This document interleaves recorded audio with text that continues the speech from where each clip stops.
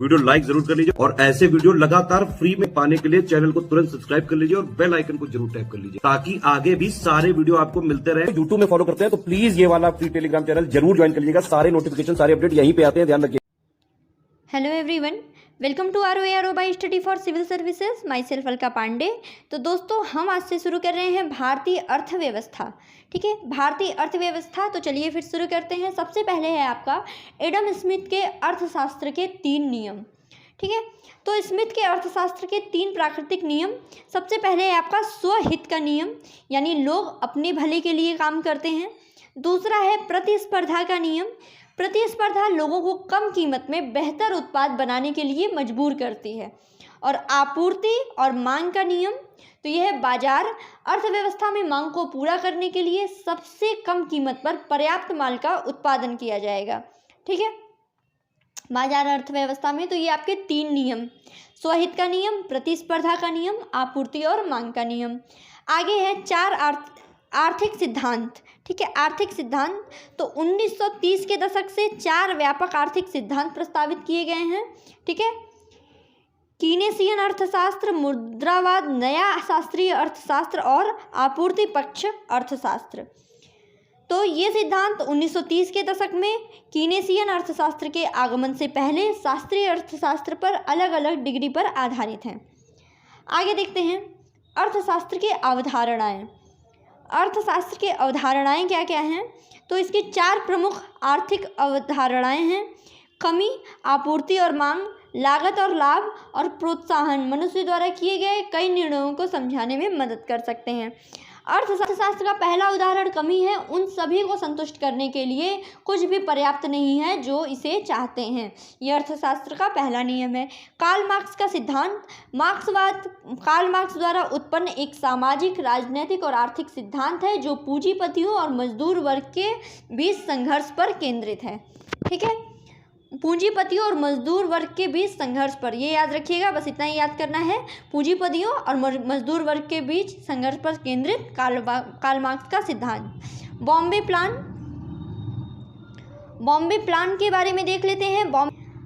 JRD Tata, GD Birla और लाल श्री राम जैसे शीर्ष उद्योगपतियों ने लिखा था। योजना का मसौदा तैयार करने में मदद करने वाले अर्थशास्त्रियों में जॉन मथाई, जो नेहरू के मंत्रिमंडल में वित्त मंत्री बने, अर्धेसिर दलाल, AD श्रॉफ और PS लोकनाथन थे। बॉम्बे प्लान। ठीक है, आगे देख लीजिए अर्थशास्त्र का जनक कौन है? Adam Smith. इस क्षेत्र की शुरुआत बहुत पहले अर्थशास्त्रियों की टिप्पणियों से हुई, जैसे एडम स्मिथ, स्कॉटिश दार्शनिक, जिन्होंने लोकप्रिय रूप से अर्थशास्त्र का जनक माना जाता है।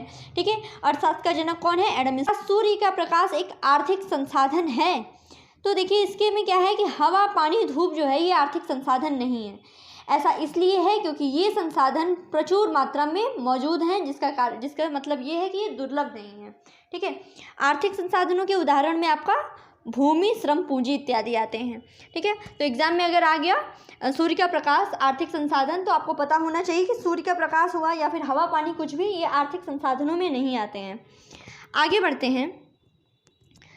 कीनेसियन मॉडल क्या है? कीनेसियन मॉडल के बारे में अगर देखें तो कीनेसियन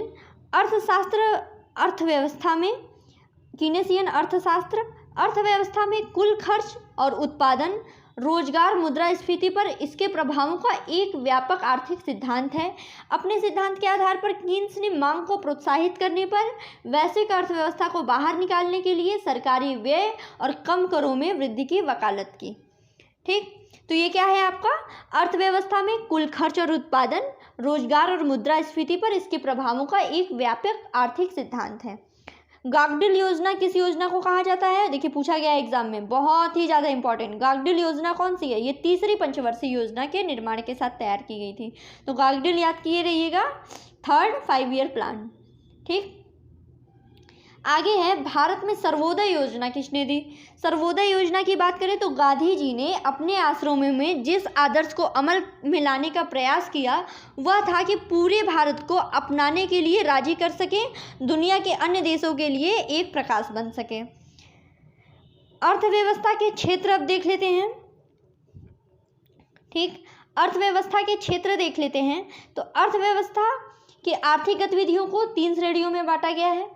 पहले आपका प्राथमिक, द्वितीयक और तृतीयक क्षेत्र एक एक करके देख लेते हैं। प्राथमिक क्षेत्र क्या होता है?